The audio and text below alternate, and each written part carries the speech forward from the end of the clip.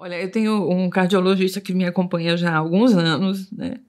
E ele me disse outro dia uma frase que, para mim, foi muito bom ouvir. Ele disse: você é uma guerreira. Porque tem 10 anos que eu tenho mais ou menos o mesmo peso. Então, porque é uma luta solitária. Eu acho que é solitária, porque a família não ajuda muito nessa hora. Não ajuda, né? Quando tem uma festa, um almoço, ninguém prepara uma refeição para você. Então, ou você não come, né? Ou você não participa. Mas eu fiquei tão feliz de ouvir isso. Ele disse: você é uma guerreira. Porque eu tento uma coisa, não dá certo, me abato, mas não, eu tenho que tentar outra. Tenho que tentar outra. Porque eu quero viver. E viver com qualidade de vida, né?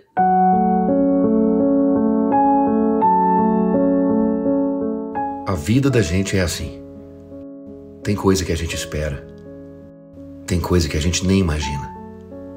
Eu descobri a pré-diabetes há pouco mais de 10 anos. Quando eu ia fazer as refeições, a comida ficava toda embaralhada, sabe? Assim, turva, vista turva mesmo.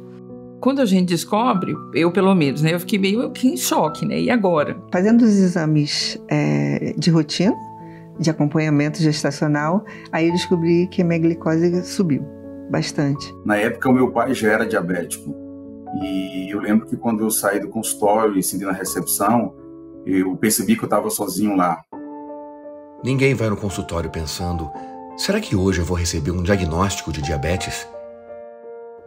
Ninguém vai no consultório pensando que a sua vida vai virar de cabeça para baixo.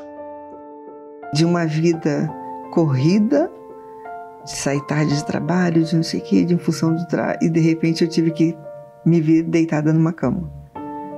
Aí você não acredita nisso, porque até para ir no banheiro eu precisava de alguém para poder botar.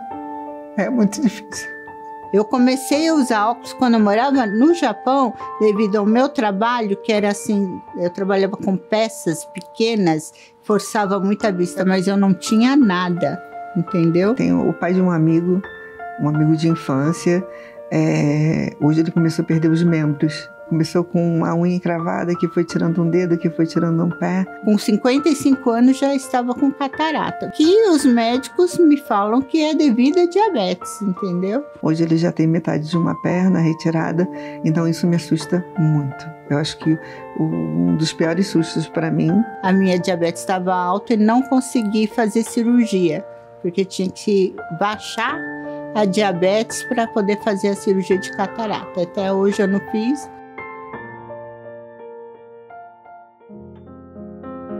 Não é uma doença fácil de tratar. Não tem um remédio mágico que serve para tudo. Cada caso é um caso. O tratamento tem que ser individualizado para cada paciente. Eu estava mesmo com os meus medicamentos que eu estava usando, né? Usei a metformina junto com protetor gástrico, que também não deu certo. Eu sinto isso, sem saída, entendeu? Na minha situação, entendeu? Aí veio as insulinas, né? Eu tomava um outro tipo de insulina, tive problemas, efeitos colaterais, né? Como náusea, diarreia, hiperacidez. Eu me sentia muito mal. Talvez se eu tivesse usando medicamentos melhores, talvez estivesse mais controlada, né? Quando você consegue controlar o diabetes, fica tudo bem. E aí já fica subentendido que quando você não consegue... O meu pai ele descobriu a diabetes com 53 anos. Possivelmente ele já deveria ter há muito mais tempo, porque como ele não se cuidava nem ia ao médico, deveria já estar com muito tempo, né? E o meu marido está aí de prova. Ele teve um princípio de infarto, ele teve uma isquemia, que ele ficou sem falar 3 horas sem falar. Então eu tenho, sabe, um exemplo em casa. Foi quando ele sofreu um acidente doméstico, né, e precisou fazer uma cirurgia de ombro. Foram, depois disso, quase 30 dias de internação, porque o uso dos antibióticos não fazia efeito, porque a desglicemia estava totalmente descompensada. Tudo isso porque já vinham de um histórico de descompensação. Depois disso, foi necessário mais um ano de antibiótico em casa. Essa criança nasceu, foi justamente a primeira gravidez, foi a Letícia, só que ela não sobreviveu. Eu chorei. Primeiro que foi a primeira perda, primeira gravidez, primeira perda. E eles fizeram uma autópsia na criança para poder descobrir o motivo. E aí dessa que eu descobri que a minha diabetes tinha interferido na gestação. 6 meses, indo para o 7º, né? 3 anos depois ele teve uma erisipela, que seria uma infecção bacteriana que um paciente saudável conseguiria tratar em casa, e ele já não respondia aos antibióticos, né? No decorrer do período tive algumas gravidez que não foram adiante. Uma, em função da diabetes, gerou uma criança bem maior. E nas outras gravidez foram abortos espontâneos. Mais 3 gravidez, 4 de abortos espontâneos. E aí precisou ser internado, teve um quadro de piora, foi para a UTI, não resistiu e faleceu. Não tem outro jeito. Tentativa e erro. E isso vai mexendo com a gente. Vai sufocando. Como se você tivesse trancado. Como se você não tivesse para onde ir.